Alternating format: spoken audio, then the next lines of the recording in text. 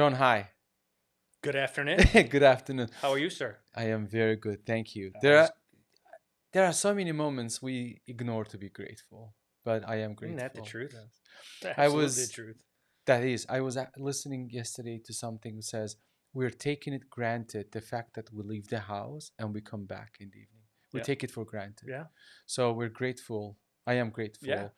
And welcome to the Canon Effect podcast. Always good to be here. Yes, it's our Thank you for podcast. hosting. My pleasure. It's our podcast at the Canon, like the community. And the goal with the podcast is to get the voices of the community of entrepreneurs out by entrepreneurs and the food entrepreneurs. My name is Seymour. We have known each other for quite some time already, since last March, I would say, right? But here's the thing, I was getting ready for this and I was like, I know John, but I don't know John. I know Fair you. enough. I know you as the CEO of the Canon. I Hmm. know you as a father. I know you as a business owner. I also know a little bit of your background from consultancy like KPMG, Hmm. but I don't know you. Can we please go to your career, to those years, and then take us as back as you want, Okay. and then how you ended up at the Canon? Okay. Wow. To not put everyone to sleep, I'll start with I grew up in Detroit, Michigan, Okay. in the snow, and was a That's such a extreme huge change. different interesting and I'll get to the transition to how I got to Houston originally back in the early 90s, but um, spent my formative years up until college. Did a year of college in Chicago, Illinois, to play basketball and baseball in college, and I realized very quickly after a year of attempting my basketball career, my ceiling was not much taller than the top of my head, and so made the decision I was going to play baseball instead, and so transferred to a university in South Florida, and actually finished up there. Degrees in math. Always wanted to be a teacher. My parents were teachers. Tried to talk me out of it. I just wanted to teach. I wanted to coach. That was kind of my passion, and so I got my degree in math. Also got a degree in secondary education. So taught high school math for several years and coached basketball and baseball in South Florida in the late '80s and early '90s. My lovely wife, who I met in college, is from West Palm Beach, Florida, and is was kind of born and raised there. She came to Michigan a couple of times at Christmas time to visit, which was great.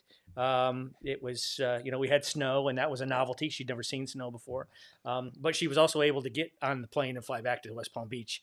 And so I got an opportunity in the early '90s to go back to Michigan and teach and coach and be the athletic director at the high school I had graduated from. And so we moved to the Detroit area in the early summer of 1992, thinking I would ease into this winter thing. And unfortunately, the summer of '92 in Michigan, it never warmed up, and so she was miserable in June. And I thought, well, June is this bad. February will be the end of this relationship.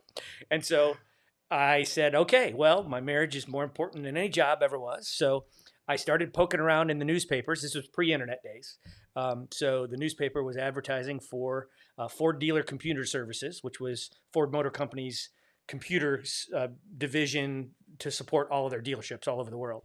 And they were hiring people in Detroit and relocating them to Houston because that division had been bought by Universal Computer Systems, which is based here in Houston.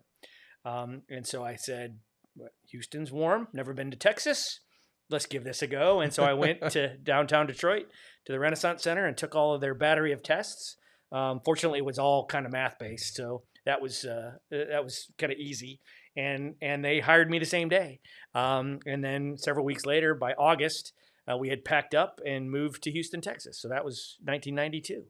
And so I spent about 5 years at UCS, kind of in the tech world, doing system implementations and customer support and services and all those things.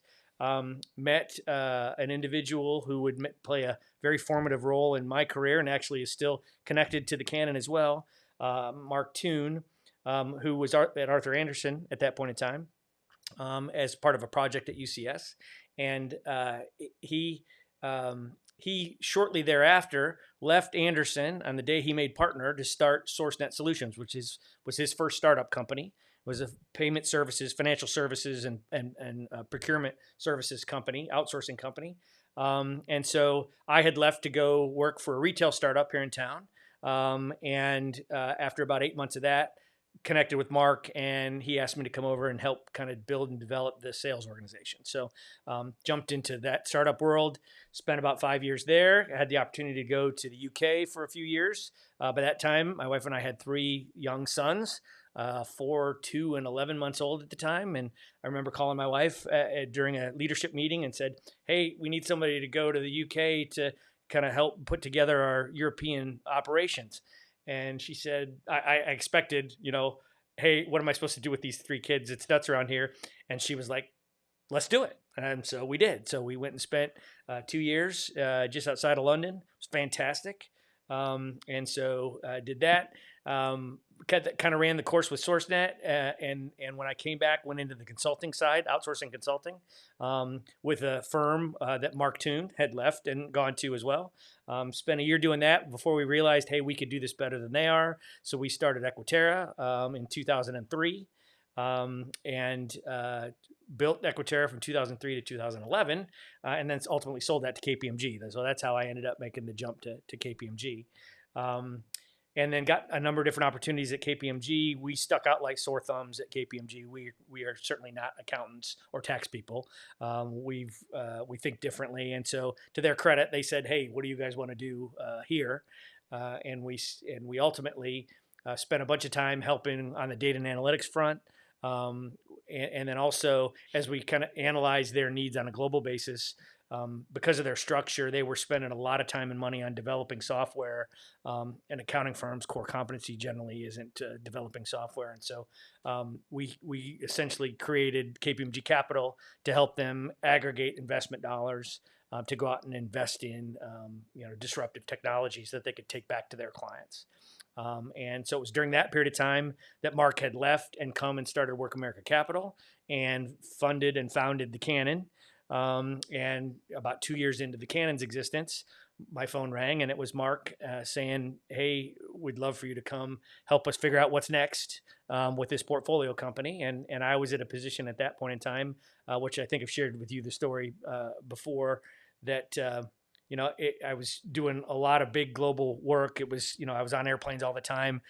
We were doing some big deals. It was exciting, but I felt like I was a long way away from the impact. And so I had been kind of contemplating, what do I do next? What's next for me? And it wasn't shortly thereafter that my phone rang. And so, as we talked about, I believe those things happen for a reason. And so when he made the offer, I said, "Yeah, I think that's what I want to do." And so made the jump in 2019 in October. And so now 4.5 years later, as we've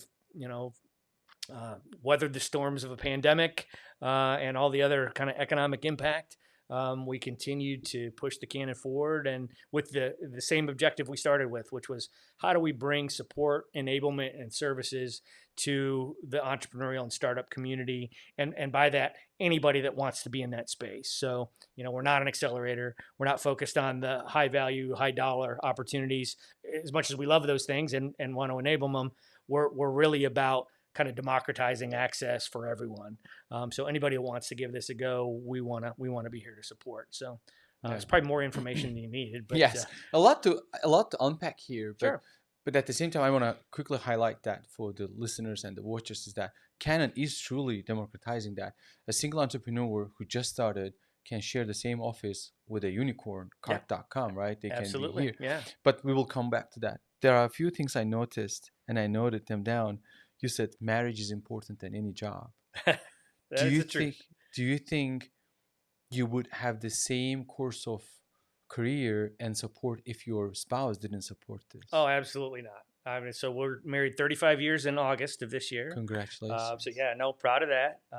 And every marriage includes its challenges, and that doesn't. We're not precluded from that. But I've been very fortunate that my wife, in every way, has always kind of supported what it was that I needed to feel like I was doing, kind of serving my purpose. And that's taken on a lot of different shapes and sizes over the years. And so absolutely, we would not be where we are if she wasn't able to to step in and support in so many different times because I've traveled so much. It's challenging when the kids were younger, challenging as the kids were older even. Yeah. We managed through that process.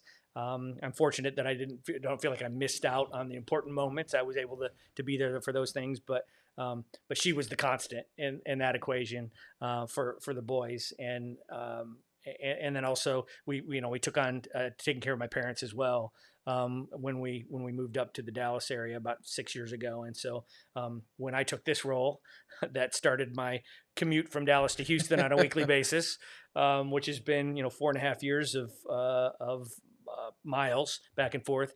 She's been, again, the constant in helping kind of hold things together as we've worked through that process. So it's a team. It's a team sport. Absolutely. Can't thank her enough for all those things. I think I already have an idea for the next guest for our podcast. Definitely invite that your spouse. Would be entertaining.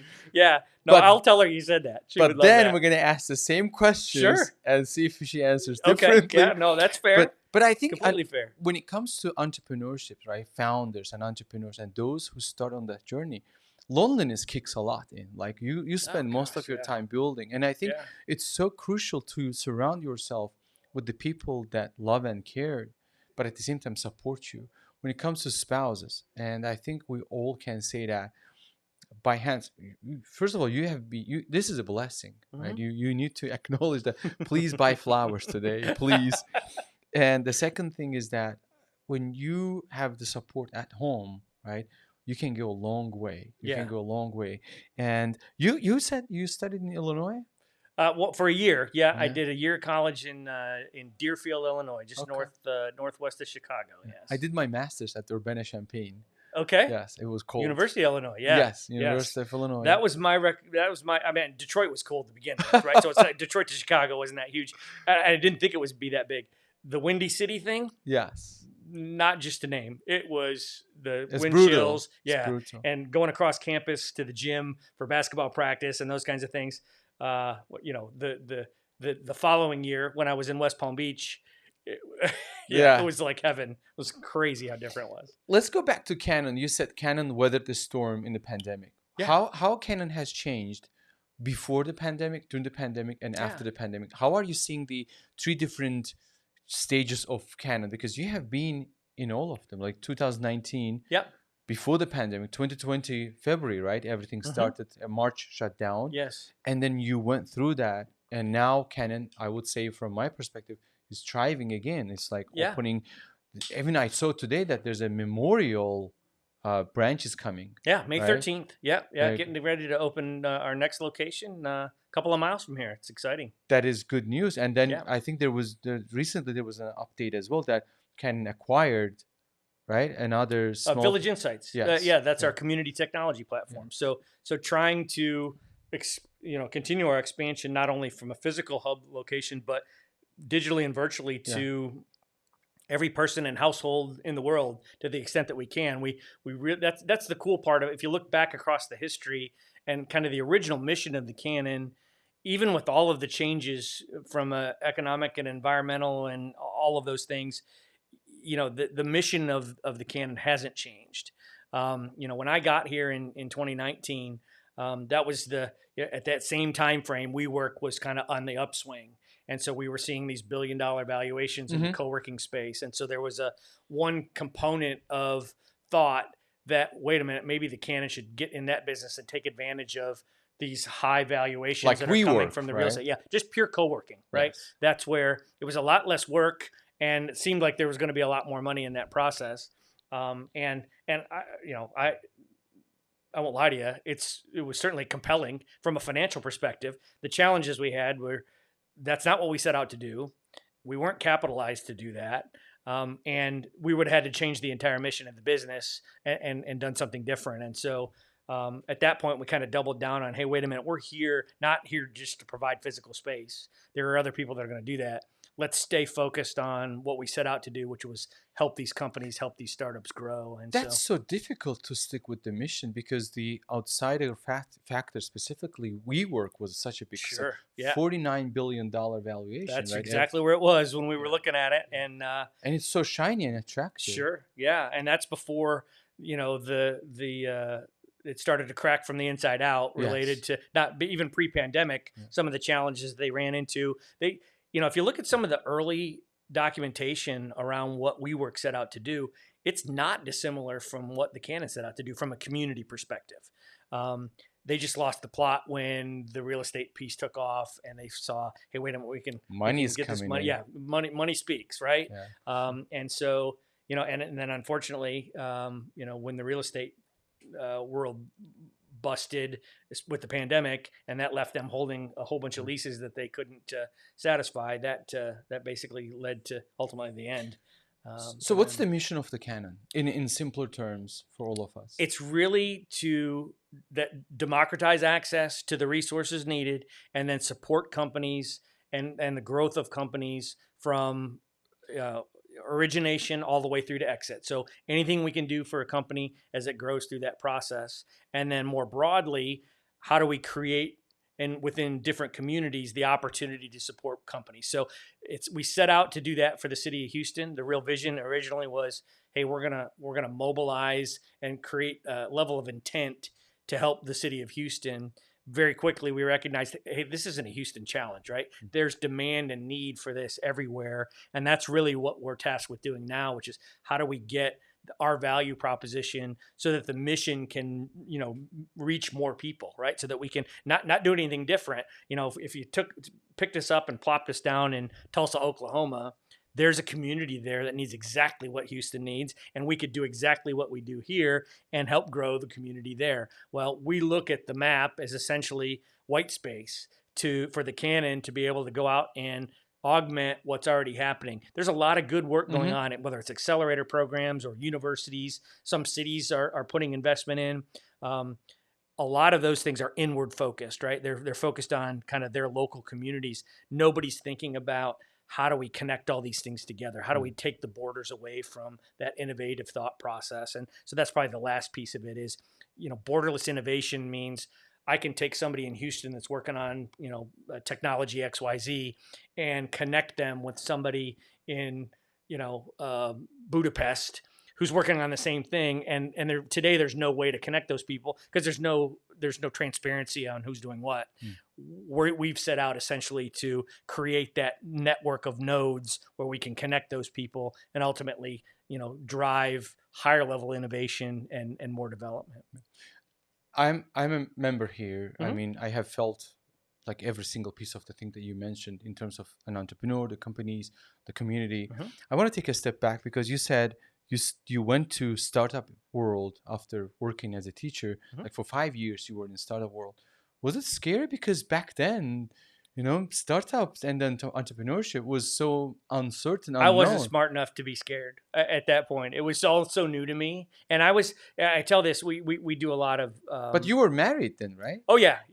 And how was that decision perceived at home? It was, when you're that young, you're invincible, right? So you just, hey, if this doesn't work out, you do something else, that's kind of that inherent self-confidence you've got in the, hey, if this ends, something else is next, right? Something else is coming. And so it's, the lack of fear. And I say, I don't say that with bravado. It's a lack of real understanding of how close you were to abject failure all the time. Right. And in the role that I'm in now, I joke about this all the time, in running a business, you're an arm's length away from amazing success and you're an arm's length away from going out of business, and kind of living between those two is crazy. So it's,